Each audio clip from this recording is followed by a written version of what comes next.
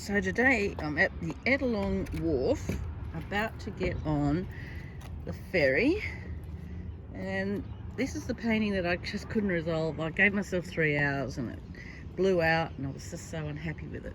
And so I thought I have to go up to the gallery today, so I'm on duty. So what I'm going to do is I'm going to do a quick fix and see if I can, well, not a quick fix, I've given myself all day, so then I can try and fix it and hang it in the gallery. So I've got all my paints and I will do a video of me trying to fix it. Hi, so I'm sitting in the gallery. Here it is, doesn't it look lovely?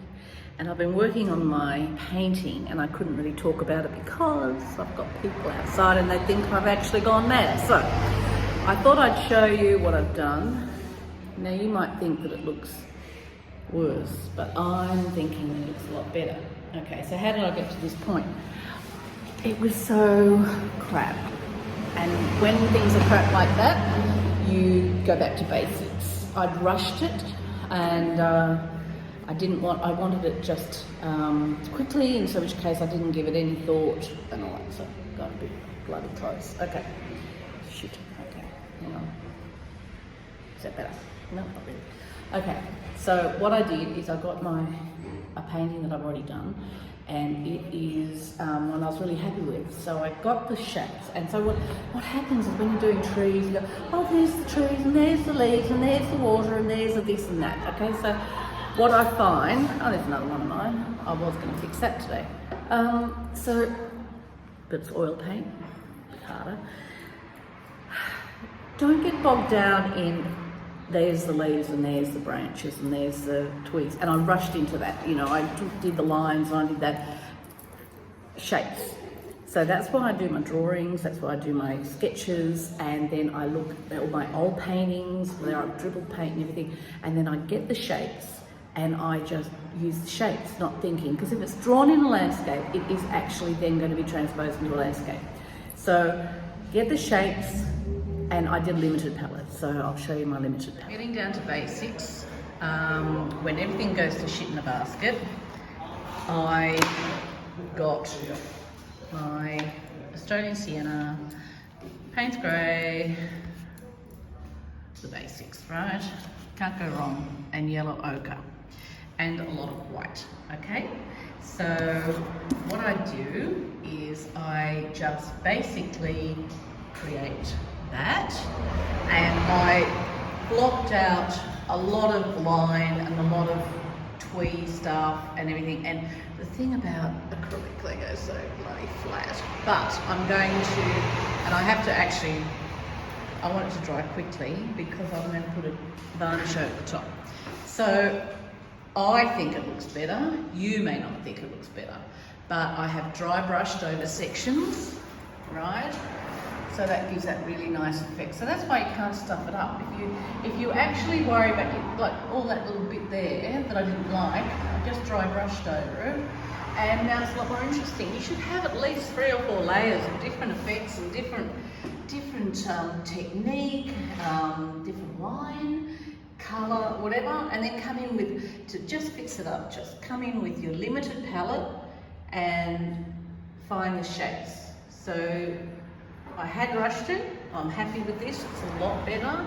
I'm going to put some ink, I think, on there now, and I might do I'll do some line and bring it all together, but it's a lot more complex, a lot more interesting, and I've got the blue out, but I've got ultramarine blue, and I'll put that, and I'll just touch in sections, because see here, that here is right in the middle, and that's why I didn't like it. That was that straight line that I tried to fix up and it went to shit. So anyway, so there we go, a lot better.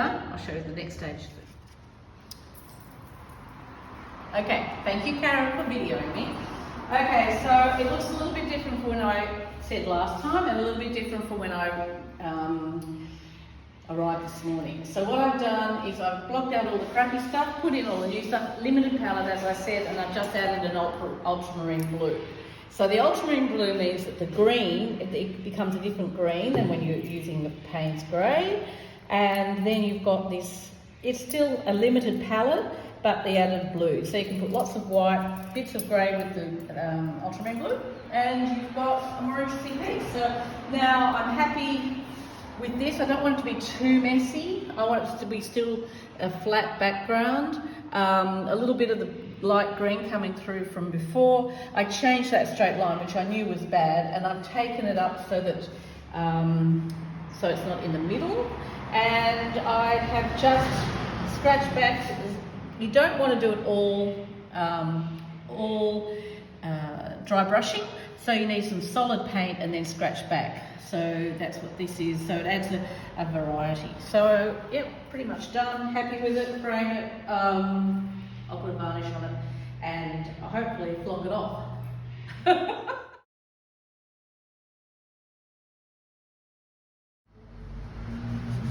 What are you doing, Vanessa? I'm putting, the thing about the acrylic paint is that it goes flat, whereas if I use a bit of this Senilia, which is the ink, which is I think this is the shellac ink, but it actually gives it a bit of a pop, and if I had some water I'd spray it on, but I don't, so I'm just making do with what I've got. So it just gives it a bit of depth instead of paint, and it catches in all the cracks. So it's just, and we're getting desperate because I have to catch the ferry, and I want to actually varnish it, I think. It's pretty special painting, Vanessa. What do you think you might call it? Finger painting. I might get a wet rag. Pull off this wet rag, and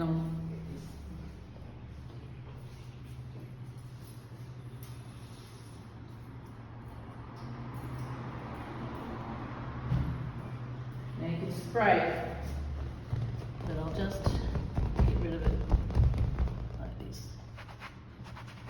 Make it a bit more interesting. Not like poo brown on there. Oops.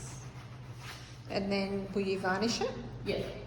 Fabulous. Thanks, Karen.